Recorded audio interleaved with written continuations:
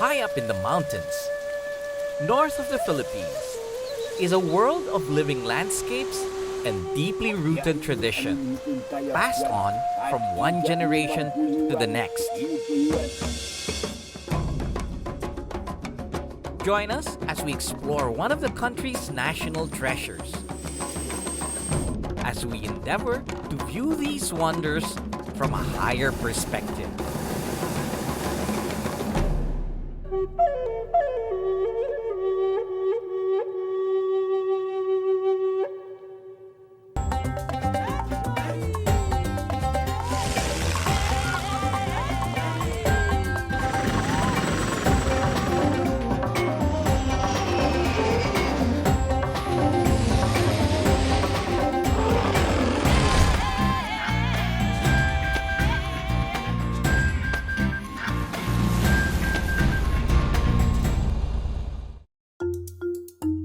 Even as a young man, I've always enjoyed the thrill of discovering the world's wonders. And some places truly deserve another trip back. Until today, I'm glad I never run out of friends willing to come with me on my crazy adventures. Terry and I are flying and riding buddies who share a thirst for exploration. Today, we will be flying up north to see some of the most dramatic views on Earth. So what do you think? We'll head to Banaue then, huh? Looking forward to it. What route did you want to take? Well, I planned first one just direct, but it takes us over high terrain. That's right. We went through the plans and made sure we chose a good, safe route with some alternatives in case the weather turns bad. Okay. So what do you think? Sounds good to me. Old pilots can do this? I think the two of us can get there. Okay. Terry started the BO-105 and we took off shortly. We went further north and the magnificent mountains are very visible on such a clear day. As we flew over the rugged terrain of northern Luzon, another set of crew are also en route to join our trip. Led by another crazy friend, Jonathan Trappe, a balloonist who has achieved remarkable feats, the team agreed to meet up in the mountains of Banaue. While they took the 8-hour drive, it didn't take long for Terry and I to reach the province of Ifugao, marked by river valleys and massive forests. We reached Banaue and found a very tight landing spot. Our landing skills were certainly put to the test.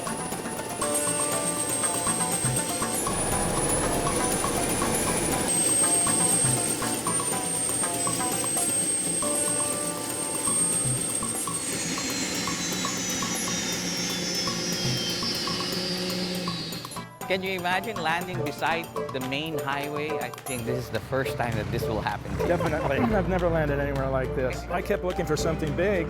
You kept saying, no, by the red roof. The town of Banaue, located in the mountains of the Ifugao province, is home to the ancient rice terraces, 2 of 5 terrace clusters, inscribed as UNESCO World Heritage Sites, can be found here. This breathtaking place will be the setting for the rest of our adventure. While Terry secured the helicopter in the landing site, I went ahead to the Banaue Hotel, where I was welcomed by the town's local officials. Good morning, Yeah. good morning, sir. Welcome to the beautiful home of Banaue Rice Terraces. We're lucky the weather is good. Did you special order the weather for us? We made a special ritual for that. Special ritual. That's good. Vice Mayor Joel Bugalon, together with Councilor John Balani and Tourism Officer Dale Humiwa, discussed the current situation of the rice terraces. Earthquakes, drought, crop infestations, and low returns for farmers have threatened the existence of the rice terraces. Vice Mayor Joel explains that the local government has been actively taking steps in order to preserve these treasures. The rice terraces of the Cordilleras are the only heritage monuments in the country without any colonial influence. In an attempt to honor this heritage site, Jonathan and I plan on flying the Philippine flag hot air balloon over this beautiful landscape. The challenge was finding a suitable launch site. Banaue has seen modern developments in recent years. Narrow winding streets, houses perched on cliffs with high-tension wires are characteristics of this area. What we needed was a wide open area.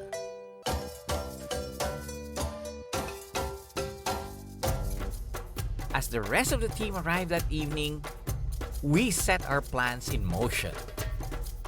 Up next, we continue to explore Banaue's breathtaking beauty while immersing in its age-old traditions as we attempt to set a milestone in Philippine aviation history.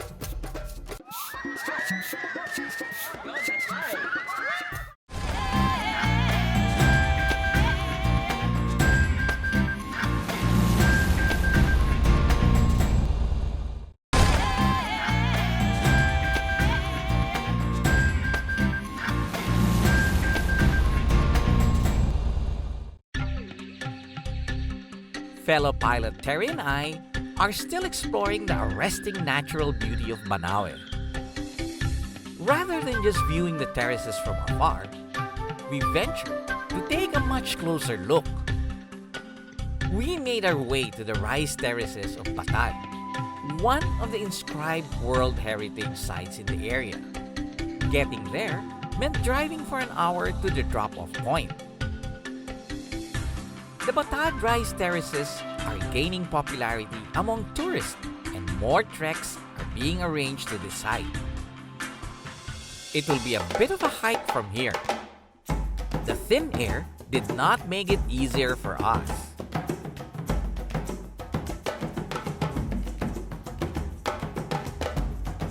So Terry and I stopped to take pictures of the view, the perfect excuse to catch our breath.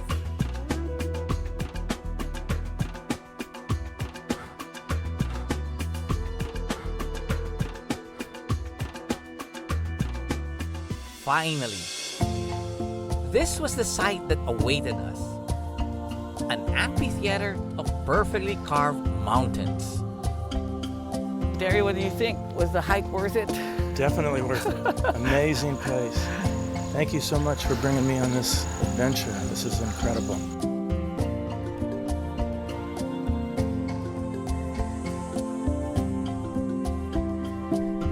Following the contour of the mountains, the perfectly cut terraces extended thousands of feet upwards.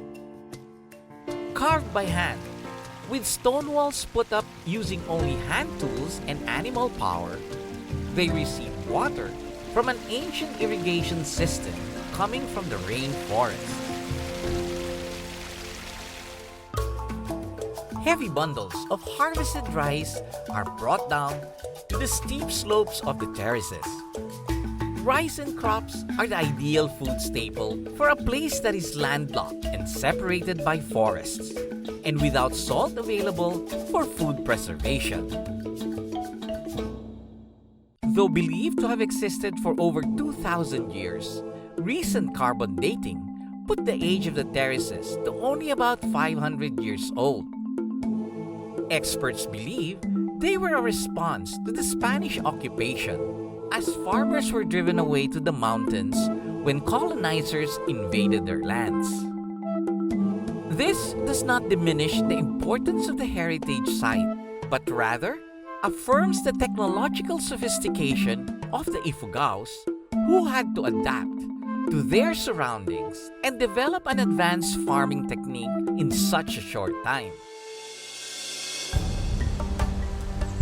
It is difficult to comprehend the scale and magnitude of the work done to build the terraces. Their length, if put end to end, can circle half the globe. Seeing Batad literally left us breathless, and we needed our strength early the next morning.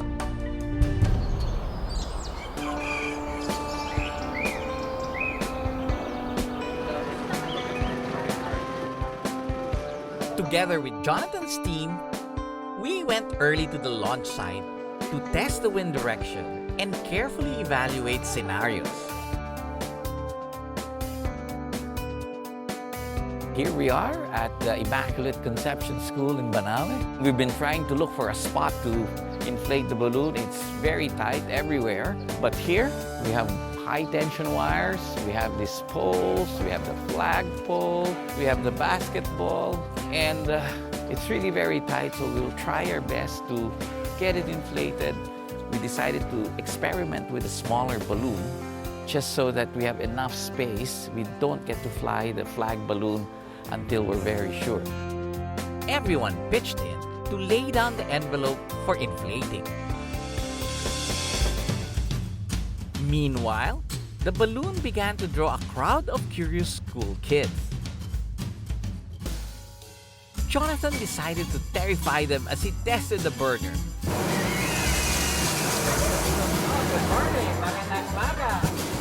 That surely woke them up.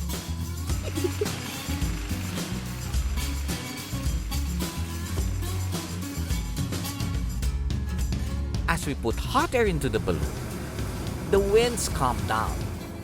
The chilly morning in Banaue would have been perfect for a balloon flight. The balloon rose, but we had to check all sides and make sure it didn't hit any wires or flagpoles, which it did. But good thing the fabric did not rip. The look of amazement in the children's eyes was well worth the effort, as were the smiles and laughter that followed when we asked them to hop over to the basket.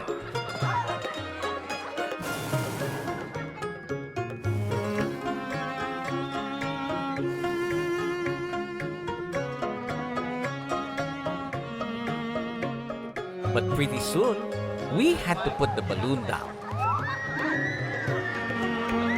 Everyone seemed to be energized by the morning's accomplishment as we began folding the balloon away. It's fun to have the kids be able to try the balloon even on a tether flight. Really, the issue is where we could find a place where we can launch. Everything here in Banaue is just by the side of the road, very narrow. Balloon is too big. We couldn't inflate the Philippine balloon because it's much bigger than this one. But the most fulfilling part is being able to share this experience with the kids that morning. What do you think of ballooning? Good and enjoying. You're enjoying. Yes, sir. Why did you enjoy? Because this is our first time. First time. They also helped out in putting the balloon away.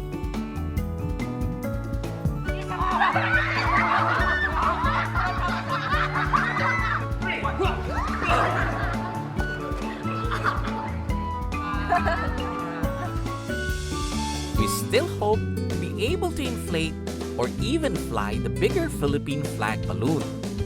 It would look iconic next to these national treasures. Well, we will try again tomorrow. Teacher Yoli of the Amganan Elementary School, who joined us that morning, invited us for a visit to find out more about passing down these traditions to the younger generations of Ifugaos. Amganan Elementary School is a school of living tradition. We teach these children this music and dance of the Ifugao. Once they grow up, do they still feel that this is a part of them? Yes, they are taught to preserve and promote their culture.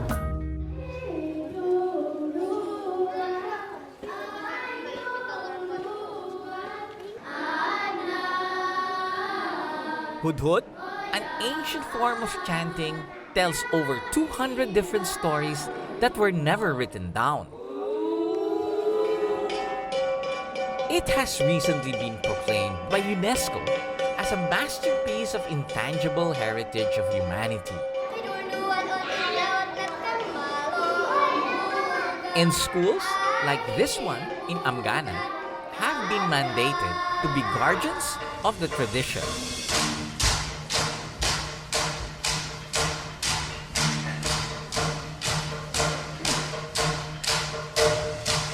The children also perform the traditional songs and dances, highlighting the Ifugao's rich culture, mythology, and beliefs.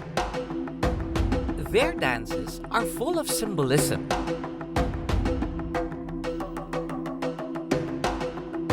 Their outstretched arms in deference to heaven, and stooping motions being one with the earth.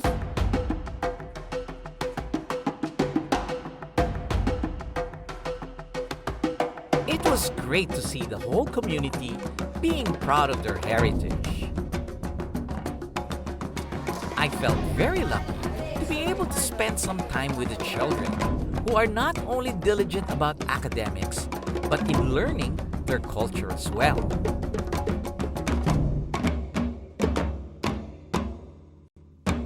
All I could teach them were some after-school games.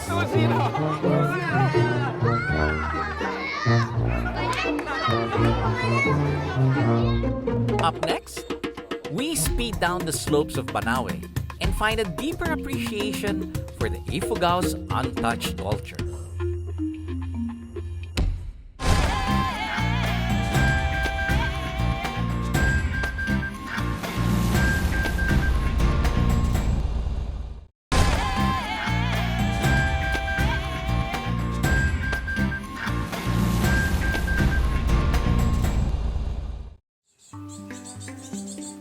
Mobility in the steep mountain villages of Banaue is always a challenge.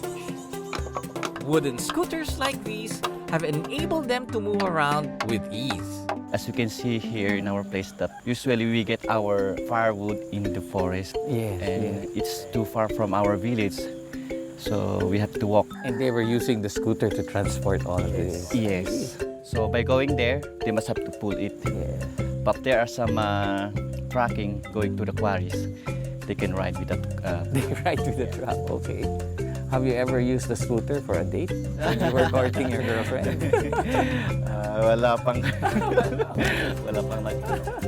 Known to be talented wood carvers, they have since incorporated this art form into the design of the scooters. It's an airplane. I like the design. Yeah. But of course, they have also equipped them with some modern parts. Before, they are not using what we call bearing. Like yung bearing, ito po. Yeah. It is wood to wood. Just wood to wood. Yes. So they just make the hole for the axle. Yeah. Yeah. But now you're using We are bearing. using bearing. So high-tech now. Yeah. Oliver explains that the heavier the scooter, the faster it can go. I was curious to see how they work, so Terry and I decided to check them out. Hi, Benson. Good morning. Morning po, sir. Okay, everybody is in their own scooter. Everything looks good. But everybody has their own design. Yeah, Kanya-kanyang design. kanya-kanyang design po, sir, kasi ito, pang racing lang po itong gamit ko. Racing. Bakit racing yan? Kasi buo. Parang mabigat. At saka itong iba, pwedeng pangkuha ng panggatong. Sa ilalim nilalagay. Opo. Pantrabaho. Tapos sa ilalim. And then how do you do the brakes? Lagay namin yung paa dito, tapakan. Okay. Tapos napakan mo, tutulak na yung dito. Preno. Gusto niyo pong tumama sa amin na sumakay sa scooter namin ginagawa. You think we can You handle like this? it to enjoy I think that? so. Our skills are hopefully transferable. Sama kami. I will give this one to you.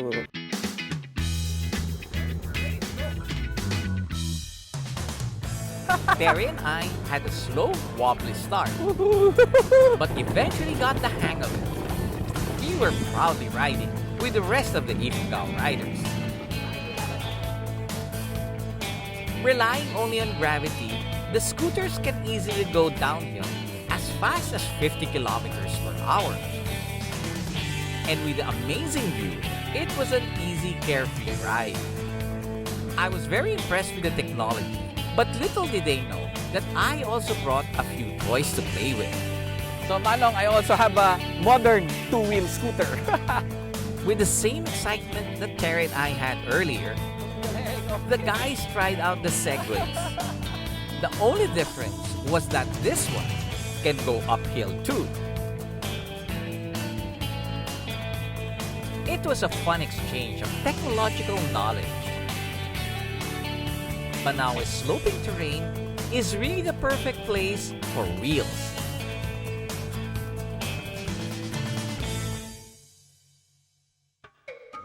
The rice terraces are intricately woven into the culture and beliefs of the Ifugao people. Their lives are linked closely around the rice cultivation cycle from planting to harvest time. A young man brings the tapuy, or rice wine, which we will use that day for the kanyao, an ancient ritual performed as offering to the ancestors and gods to ensure good fortune. Today, we will seek their favor, just as their forefathers did hundreds of years ago.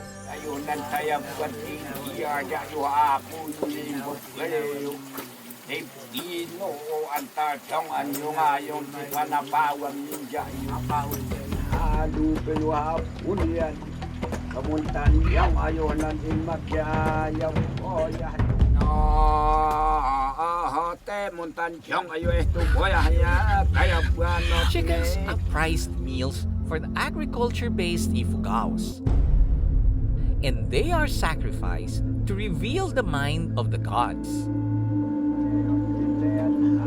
Thick blood is collected on the plate, which the elders interpret later on.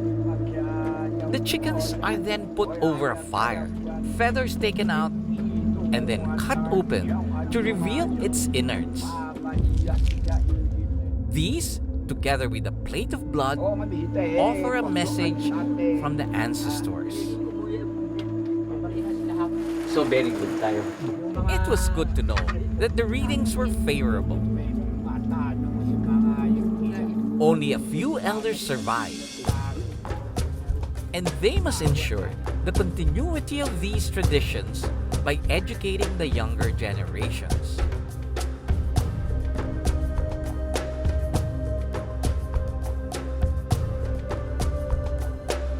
The ritual ends with feasting and dancing.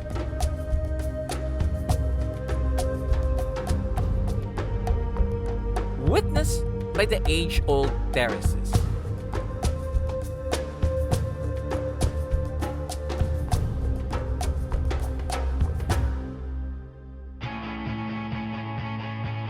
With the gods' good fortune on our side, we once again attempt to launch the balloon. This time, we bring out the bigger Philippine flag balloon. The biggest space we could find was the hotel's entrance, and with cars moved to accommodate the balloon, we set out to work. Well, our problem here is that the space is really very tight. The balloon is almost hitting this tube here with some sharp objects, and we're worried that it might rip the balloon. So while he's inflating, we'll watch it. After making sure that the balloon was clear from any possible damage, we took to the basket. But after careful consideration, flying seems to be out of the question. Well, what do you think, Jonathan? It took a while before we could get this plan going. It took us about 2 years to get here when we started talking about building the balloon. I know. To this point right here. A bit breezy this morning, huh? That's the sad thing is we can't really go for a long flight because there's nowhere to land. There's nowhere to land. The rice is In everywhere. fact, you start with even inflating. There's nowhere to inflate. Nowhere to inflate because the rice is of a type where it's wet even at harvest time. But when you look up, it's beautiful. We have the Philippine sun on the crown of the balloon. As the balloon grows, the sight of the Philippine flag against the rice terraces, considered as one of mankind's greatest engineering feats, can make any Filipino proud of their heritage.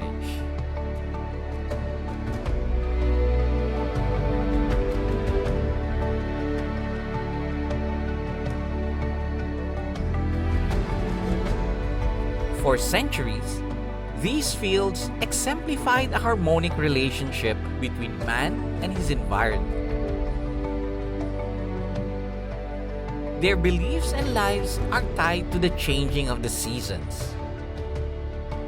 The cycle of planting that ensured their survival. What I saw in Banaue are a people trying to hold fast to tradition in the midst of a modern, changing world. The fate of the Ifugao people and their living landscape surrounding them hangs on a delicate balance. One that needs the country's support to preserve one of her national treasures. This has been your captain, Joy Roa. See you in the next